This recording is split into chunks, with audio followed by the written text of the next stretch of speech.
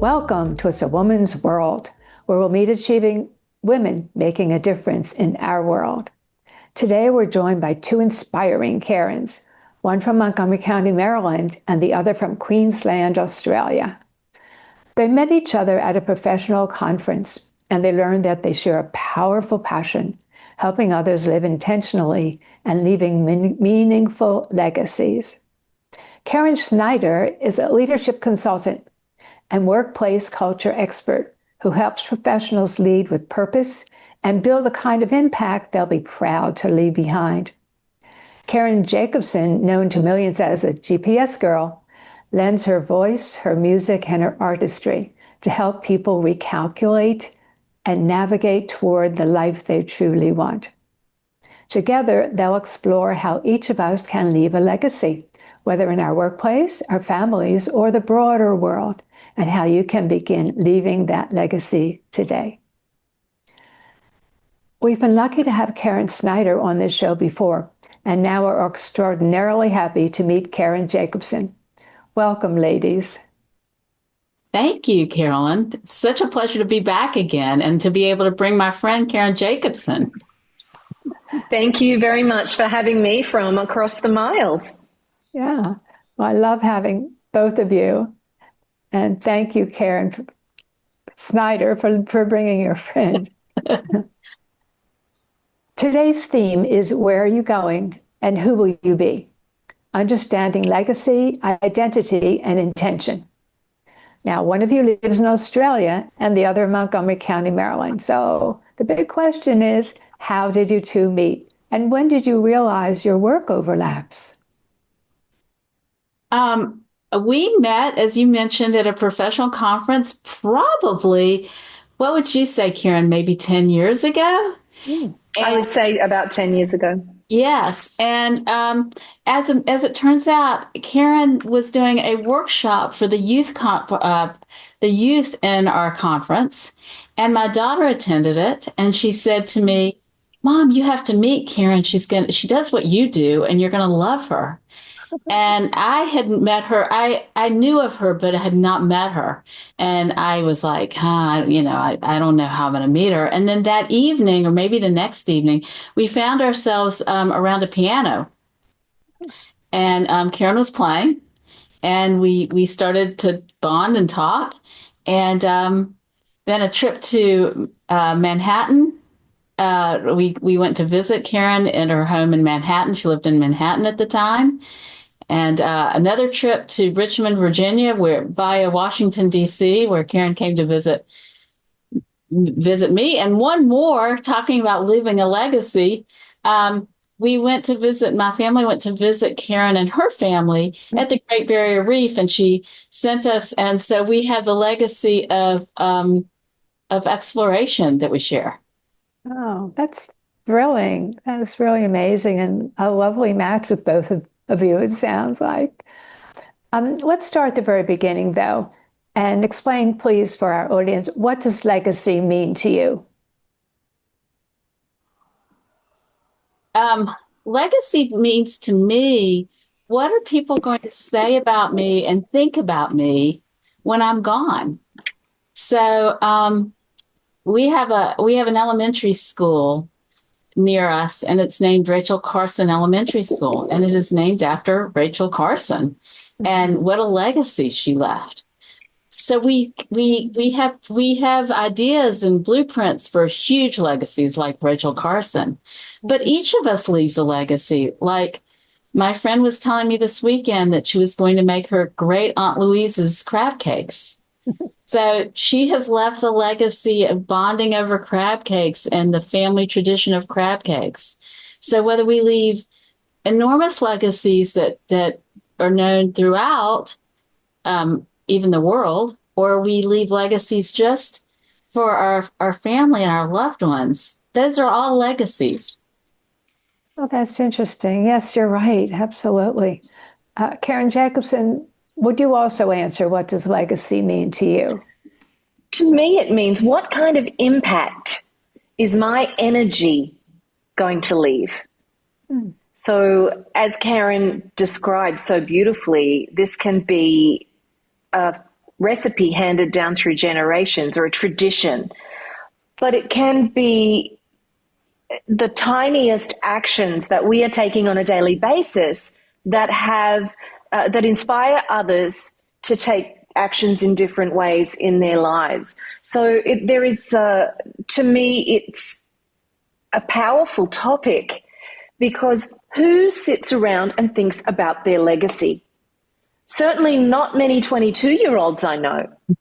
And it's when we get older, it's when we've had some experience, it's sometimes when we've experienced loss in our own lives that we start to really tune into this entire topic.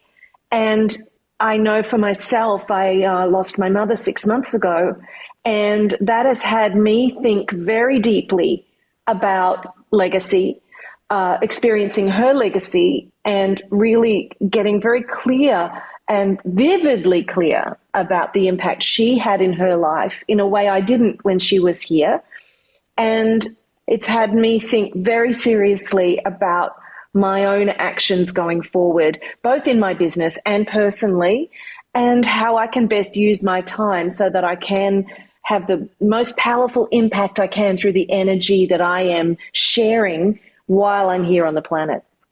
Wow, that's very interesting. Yeah. We don't think of it when someone's alive sometimes. Yeah. Karen Snyder, when was the first time you started thinking about your own legacy?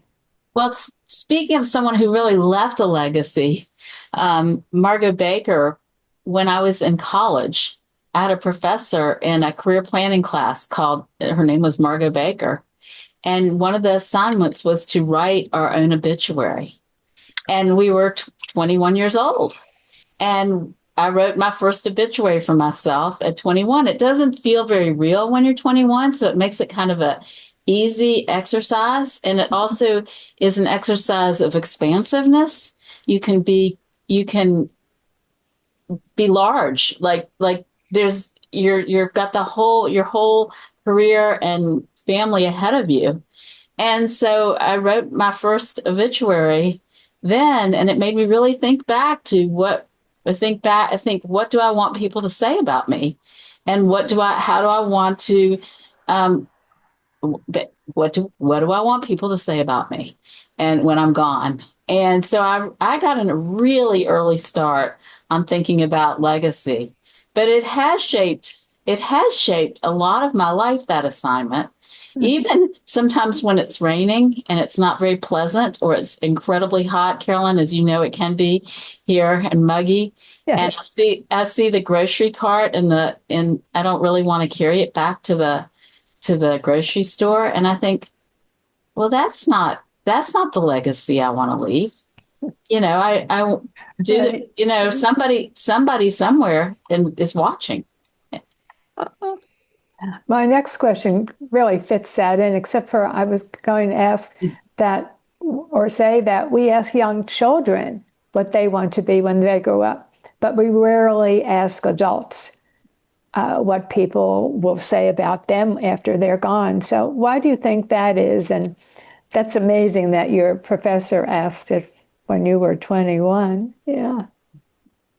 Karen, you want to do? I think it's mortality. I think that this is terrifying to many people to even fathom that they won't be here.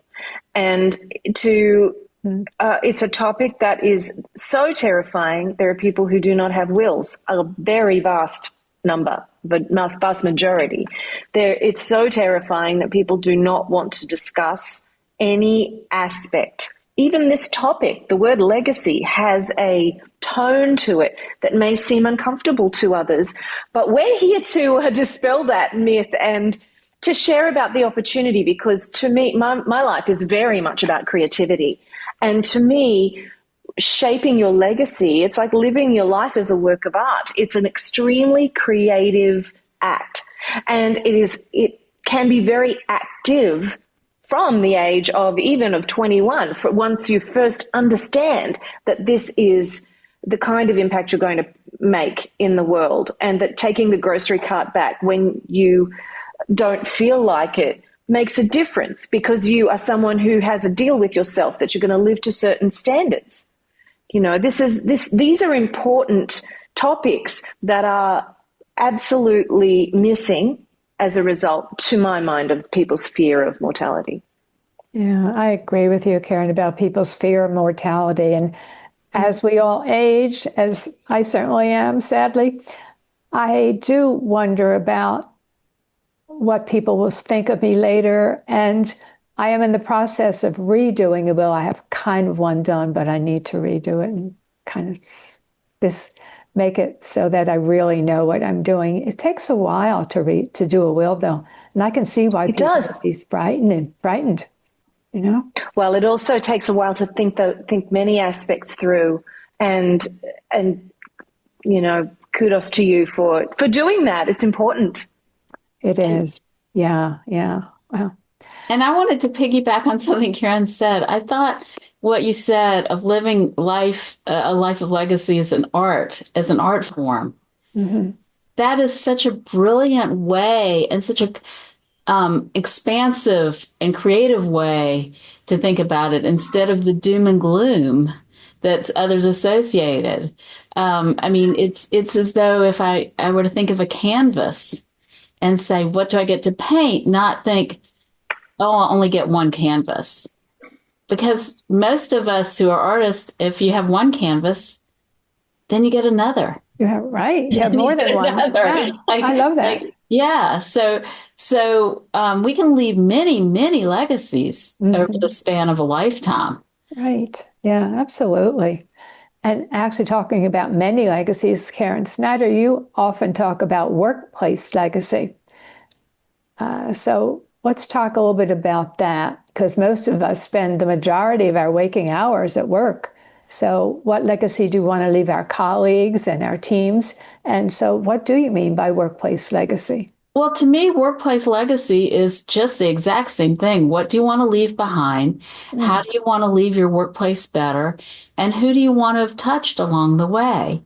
When I started one of my first professional jobs in a bank still in Montgomery County, Maryland, the person who preceded me, who did not die, she simply went on to another position, left me a binder. And all the things in the binder had tabs and examples of letters she had sent and examples of curriculums. It was a treasure trove. She made me successful my first year. Oh, and later I met her because our professional paths crossed. And when she told me her name, her name was Susan Middleton. And when I met Susan at a conference, I was like, you are Susan Middleton. And I hugged her. She had no idea who was hugging her. And I told her what she had done for me. So one of the things I think is important about legacy is we don't know the people we've touched. We know some of the people we've touched, but we do not know all the people we've touched. And I'm going to be a screen hog for a moment, Karen, and share that one of my favorite movies, also in college, I saw it for the first time, is It's a Wonderful Life. It's a Jimmy Stewart movie. It's a Christmas movie, and it's about someone who's considering suicide, and he has the opportunity to see all the people he's impacted along the way. And this person would have had this problem without him, and this person would have had that problem without him. So legacy is not just the explicit, the tangible things that we leave, music, art, the grocery cart. It's also the way we touch people in their lives. And we often don't know that. That's a very famous movie, actually, Karen. And I'm sure many people have seen it. And I don't know if they realize it's connected to legacy, but it certainly is. You're right. Let me ask Karen Jacobsen, though, your voice is iconic because you've literally helped millions of people find their way through the GPS. So how was that shaped, and how do you think about your own legacy? It's interesting to me to be talking about this topic, because the concept of legacy around my speaking voice did not occur to me until others started to tell me about it and say, oh my goodness, your voice will outlive you. It will be. everywhere. And I was somewhat taken aback. It had not occurred to me in that way. And additionally, I am a songwriter and performer and a singer. So I have created a body of work of music, which also will live on. And it's powerful to think again about how our energy and can continue to permeate after we're gone. It's a wild concept to me. So are you saying that you believe legacy is something we can shape, or does it sort of happen? I think both. I think it's being able to co-create with the universal forces, however we see them. And there's definitely a place for intention, and to be able to take a look at what we love doing, what we think is important, and literally with a pen and paper, write out our plans for our glorious life. I do that frequently. And it is also keeping our senses attuned to what is working, where is the energy flowing, what opportunities are actually coming our way.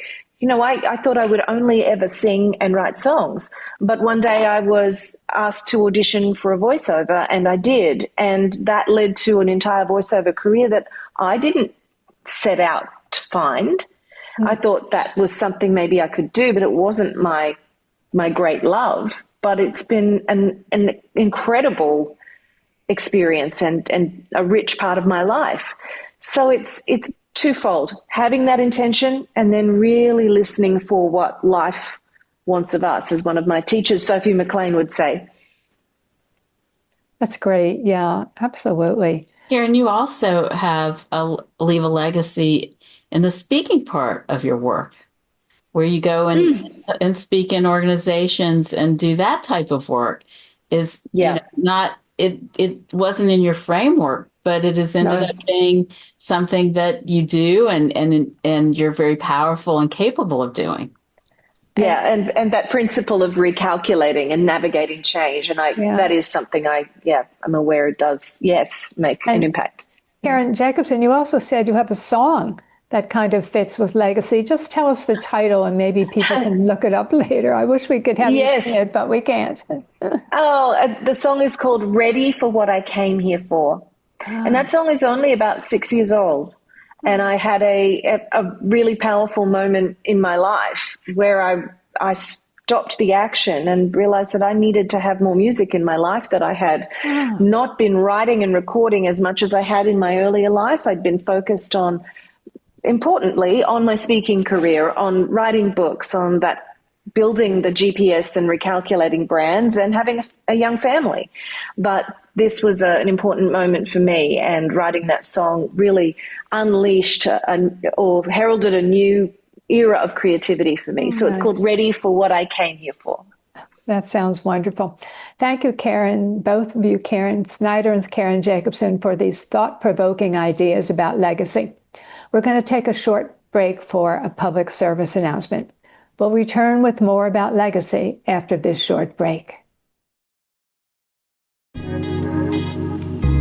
Here's the deal. We got to set ourselves up. See, retirement is the long game. We can't play about our future or our finances. And no matter what hand we're dealt, we still work our way to the win. Make moves and make them early. Set up goals. Don't worry about a setback.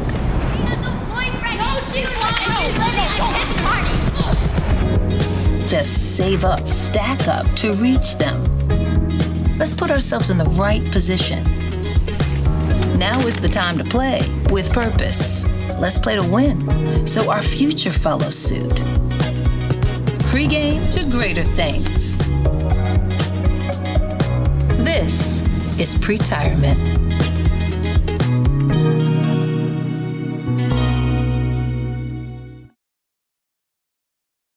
Welcome back. We're speaking with two inspiring Karens, one from Montgomery County, Maryland, and the other from Queensland, Australia, about the topic of legacy, recalculating toward a life that matters. Karen Snyder, if someone watching is wondering what kind of legacy they might be creating right now, what signs should they look for? Well, they should ask people who they think might be honest with them. What would you say? How do you describe me? What do you say about me? Not the physical attributes, but the other things. And they should look at how they spend their time. If they spend their time in nature, people are going to describe them as someone who loves nature. If they spend their time fostering animals, they have given back in terms of animals. Yeah. If you spend your time playing video games and sitting in front of the TV, that's how you're going to be perceived. Yeah. I think we have to know ourselves well, too. It sounds like you're saying that. Yeah, that's great. Karen Jacobsen, the phrase recalculate has become a life mantra for many people. So how can people use that concept to reflect on their legacy? You know, to recalculate, this principle is about letting go of what did or didn't happen on a daily basis. It's about being able to begin anew at any moment. So I think it's a powerful concept to use when related to legacy, because we can begin anew at any time. We can begin anew at the beginning of every year, at the beginning of every day. I personally love new beginnings. I love it when I move into a new space, or I'm traveling to a new place, or I'm meeting new people, because the whole experience of beginning again really ignites something in me. And this is available at any time, and we can begin to create our future, therefore a portion of our legacy, at any time. So I would recommend taking that on in a big way for anybody listening who is interested in really activating legacy in their lives, to treat each day with that energy of being able to recalculate, to begin again. Okay, blank slate. What am I going to create? And living intentionally on a daily basis, especially, individually, but then especially if you are in a relationship or a family group or in a work team, to do that together, because again, that activates the energy in a more powerful way. That's wonderful. Yeah, that energy and that beginning again. And it doesn't have to be large beginnings, but just small steps, I think. Yeah. Absolutely. That's right. Absolutely. Yeah. Karen Snyder, you've coached so many professionals. What tools help people identify their legacy? Oh, the first thing I ask them is, what do you do in your daily life that you get excited about? When do you lose yourself? When do you not notice what time it is, or what you're not checking your phone? You're in it. And that might be for Karen Jacobsen when she's singing or when she's writing a song. And for me, it's sometimes when I'm coaching someone, or when I'm doing a facilitation. I'm with the people, and I'm not, the only reason I'm looking at my watch is to make sure we monitor the time. But it's not because I'm ready to move on. I'm in it. So anytime we're in it, whether that be I have a friend who says when she swims laps, she's fully in it.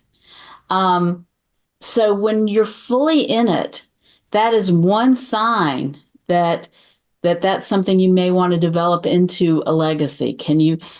For my friend who swims laps, would she enjoy it if she was working with seniors who need help swimming, or with children, or is that something she does to replenish herself? Also a part of legacy.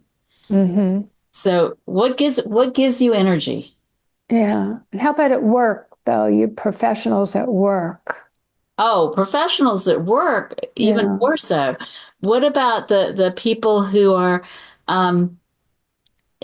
getting lost in when a teacher in a classroom is deep into inspiring a student, or when a doctor is so intent as a surgeon that they don't realize that they haven't eaten. That is passion. That is their desire to be to use their craft, to use their skills and in a positive way. And hopefully everybody has that. The more often, the better. Yeah, that sounds great. And if somebody wants to live more intentionally starting today, what's the very first question they should ask themselves? I think it's simple. Yeah, I think it's a very simple question that, and putting it that way, Carolyn, is powerful. What question would they ask themselves today?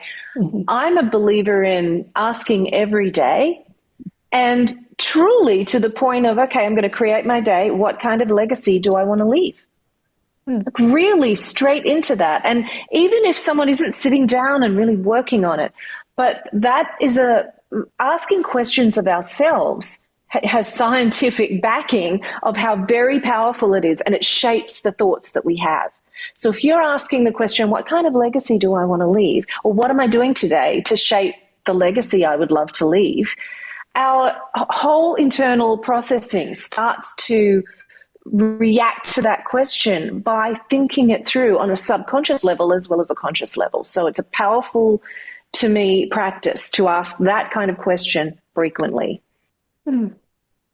So similar to that, then, if someone's watching today and they want to begin crafting their legacy, what do you suggest that they would do tonight? Oh, tonight they're going to say, before they go to bed, they're going to say, in my dreams, please show me. Please show me things I want to add to my life, or please share with me how I can be more intentional. Show me what I need to see. And for people who don't remember their dreams, that's the beginning, is to start asking those questions at night. And again, for those, if that's not comfortable, which I hope it is, but if that's not comfortable, making a list of what's one thing tomorrow. My day's packed. I have to go to the grocery store. I need gas. What's one thing that will be intentional, that will bring me joy, replenish my energy? What's that one thing? And making sure that's the one thing that happens that day. So you're saying to keep legacy top of mind, it sounds like, every day. Is that right? Only if you want it to happen intentionally. Well, as somebody who is, my entire ethos is about creating the future and creating, as Karen said, what is that one thing I want to spend my time doing that I love doing, where all time goes. That's how I fill my entire life. So what I'm loving from this conversation is really getting how connected that is to legacy. Because if you are waking up every day and engaged in actions and experiences that make you super happy and enthralled with life, that's directly affecting the legacy you're going to live. You know, as you're saying that, I think also it makes people think more positively, you know, and maybe act more positively, because so much of our time is spent in not very positive things, sadly, I think. Yeah, it is. And one other key word that has come to me in this last 6 years, since that moment when I stopped the action, is that either way, however the world responds to what I'm creating, I am in a 10-year period of my life where I'm creating a body of work. So that, to me, that phrase body of work, like what body of work, for those professionals listening, are you looking at creating? And if you're someone who has wanted to develop a product or write a book or start a blog and haven't done that, but know that it's something that you want to do, get on with beginning to create that body of work. That's great. Thank you so much. Thank you both. You've given our audience lots to think about concerning their own legacy, and tips and action steps on what kind of legacy they might be creating right now and leaving to those who follow them. If you know a woman who would be a great guest for our show, please email us. We're womansworldtv@aol.com. Remember, It's a woman's world. I'm Carolyn Bruna. See you next time. Feel the yearning while reaching across the divide between who I once was and who I decide. Every chrysalis